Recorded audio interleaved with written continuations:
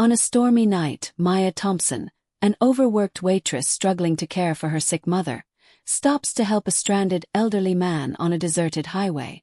Offering him shelter and kindness, she never imagines he's actually Arthur Bennett, the secret owner of the diner where she works.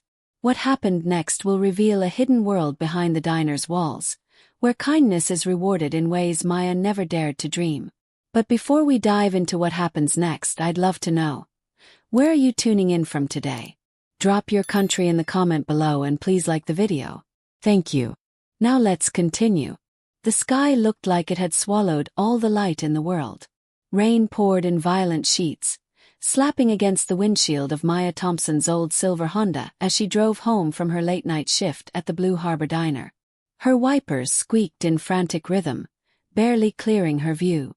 Maya had been working 2 jobs since her mother fell sick. The night shift was lonely, but it paid the bills. She was used to exhaustion and empty roads, but that night something felt different. The wind howled through the trees, carrying a chill that crept into her bones. As she turned down the desolate highway, her headlights caught a figure standing by the roadside.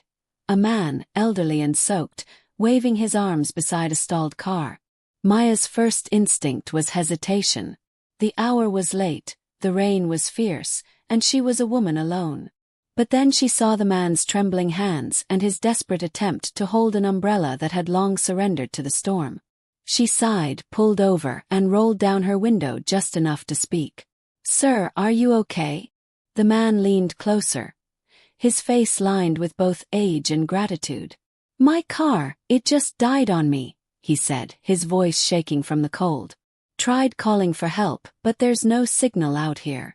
Maya hesitated again, then unlocked the door. "Get in. You'll freeze out there." He climbed in slowly, soaked shoes squeaking on her car mat. The warmth of the heater soon filled the space. Maya noticed his expensive-looking coat, though worn and damp, and the old wristwatch that gleamed faintly beneath his sleeve. "Thank you, miss," he said quietly. "Not many people would stop. Not many people break down in storms like this," she replied, half smiling. She offered to drive him to the nearest gas station, but when they arrived, it was closed for the night. So she made a quick decision. "My place isn't far. You can wait there until morning." The man looked surprised. "That's very kind of you." Her small apartment was modest, clean but humble. She gave him a towel, made tea, and offered a bowl of leftover soup. They talked briefly, mostly about simple things: the weather, the town, the diner she worked at. When he asked why she worked so hard, she only shrugged. "Some people chase success," she said softly. "I just chase peace." He smiled, saying nothing more. By morning, the rain had stopped. The man thanked her sincerely, leaving behind a small note on the kitchen table before she woke. "Kindness is a currency that never loses its value. A friend." She smiled at the words, not knowing how true they would soon become. The next morning, Maya hurried into the diner 10 minutes late, her shoes still damp from the rain. The bell over the door jingled as she slipped in, breathless. At the counter, her manager, Greg Martin, glared at her. He was tall, smug, and always found joy in reminding people of his authority. "Well, look who finally decided to show up," he said loudly, making sure every customer could hear. "I'm sorry," Maya said quickly. "The storm." "The storm," he cut in. "Did the storm tie your shoes too?" "You're late again, Maya. And I've had enough of your excuses." The other waitresses lowered their heads, pretending to wipe tables. No one wanted to interfere. "Greg, please," she said, her voice trembling. "I've never missed a shift. Just let me explain." He slammed a receipt book onto the counter. "You're done here. Pack your things." The words hit her like a slap. Customers stared. The coffee machine hissed in the silence that followed. "After everything I've done here," she whispered. "You're not a good fit anymore," he said coldly. "We need people who take this job seriously." Her throat tightened. For years, she had given her all to this place, covering shifts, cleaning messes others ignored, smiling through exhaustion. She turned away slowly, trying not to let the tears fall. As she stepped outside, she didn't see the sleek black car parked across the street. Inside it sat the same old man from the night before, watching quietly, recognizing her instantly. Arthur Bennett, the man she had rescued, was no stranded traveler. He was the silent owner of the Blue Harbor Diner, visiting incognito to evaluate his business. And that morning he had seen everything. That afternoon, the diner buzzed with its usual midday crowd. Greg strutted around, flirting with customers, pretending to be the one in charge of everything. Then the door swung open. Arthur Bennett stepped in, wearing a crisp gray suit and holding a folded newspaper. His presence turned heads. Something about him carried quiet authority. "Good afternoon," he greeted calmly. "I'm looking for Greg Martin." Greg puffed his chest. "That's me. How can I help?" Arthur extended a hand. "Arthur Bennett. I believe we've spoken by email." Greg froze. He had heard the name.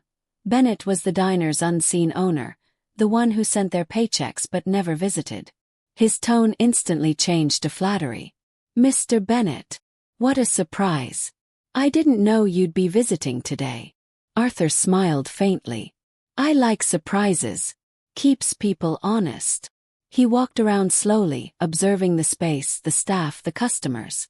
Then he asked, "Tell me, Mr. Martin, what happened to the waitress who usually works mornings here?" "Maya, I believe." Greg's face twitched. "Oh, her. She was unreliable. Always late, unprofessional. I had to let her go." Arthur set the newspaper on the counter. "Unreliable," he repeated. "That's interesting. Because last night, that same woman picked me up from the side of the road, fed me, and gave me shelter during a storm. I'd say that's someone quite the opposite of unreliable." The diner went dead silent. Greg's smirk vanished. You know her." Arthur turned toward the staff. "I do. And from this moment she's not only rehired, she's promoted. Effective immediately." He paused, then added, "As for you, Mr. Martin, consider this your last day." The customers burst into quiet murmurs. Greg's face turned red. "You can't fire me," he barked. Arthur's eyes were calm but sharp.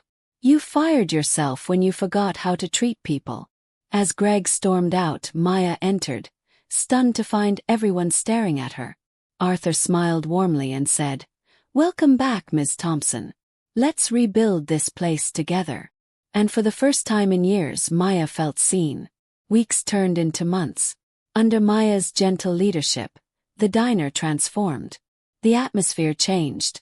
Staff smiled more, customers stayed longer, and the place felt alive again. Arthur visited often but let her run things freely. Greg, however, didn't disappear quietly. Angry and humiliated, he got a job at a nearby gas station but returned to the diner one night pretending to apologize. "Just wanted to make things right," he said, eyes glinting with deceit. Arthur was polite but cautious. Soon after, Maya began noticing strange shortages in the accounts, missing cash, odd receipts, inventory errors. She stayed late every night trying to balance the books. Arthur, suspecting foul play, installed discreet cameras without telling anyone. A week later, the truth came out. Greg had been sneaking into the diner after hours, stealing money from the register, and planting fake receipts under Maya's name, trying to frame her. When Arthur gathered the staff the next morning and played the footage on the big kitchen screen, the room went silent. There was Greg caught red-handed. He tried to speak, but Arthur stopped him. "You tried to destroy the very woman who showed you grace. That tells me everything I need to know about your character." Police arrived moments later to escort Greg out. Maya, shaken but calm, simply said, "Let him go. Some storms wash away what doesn't belong." Arthur nodded proudly. "And some storms reveal what's worth keeping." The months that followed felt like spring after a long winter.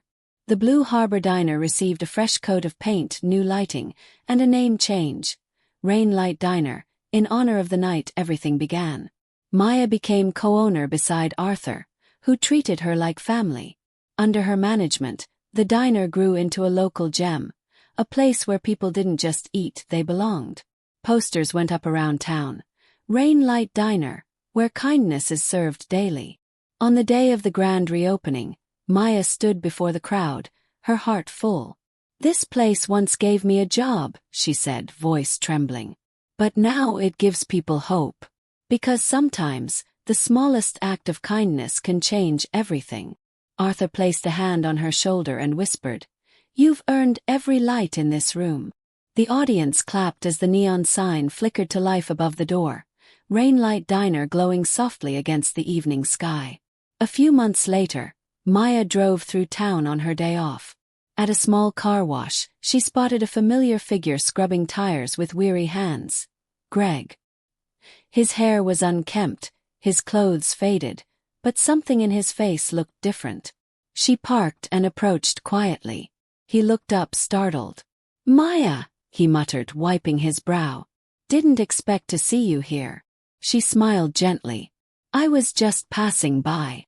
From her purse, she handed him a small envelope. "This isn't money," she said quickly. "It's a donation made in your name to a local shelter. I thought maybe we could both turn something bad into something good." He opened the envelope and stared at the certificate inside. His eyes softened. "You didn't have to do that." "I know," she replied.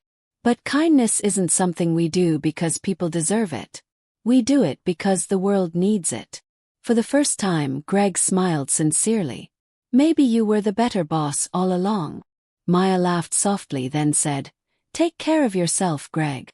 As she drove back toward the diner, sunlight broke through the clouds. She parked outside, unlocked the door, and flipped the closed sign to open. A young man stepped in, looking nervous. "Is this place hiring?" he asked. Maya smiled warmly. "Always," she said. "Welcome to Rainlight Diner, where kindness is always on the menu." The bell above the door jingled, and with it came the feeling that life, like the rain, always finds a way to start again. Before you scroll away, take a moment to remember this. Kindness costs nothing, but it can change everything. If Maya's story touched your heart, if it reminded you that compassion, forgiveness, and second chances still matter in this world, then don't just watch and leave. Subscribe to Echoes of Life Stories, where every story whispers a lesson, every tear tells a truth, and every ending lights a new beginning. Because somewhere out there, someone needs the hope you just felt. Don't let it end here. Click subscribe, join our family, and keep the echoes of kindness alive.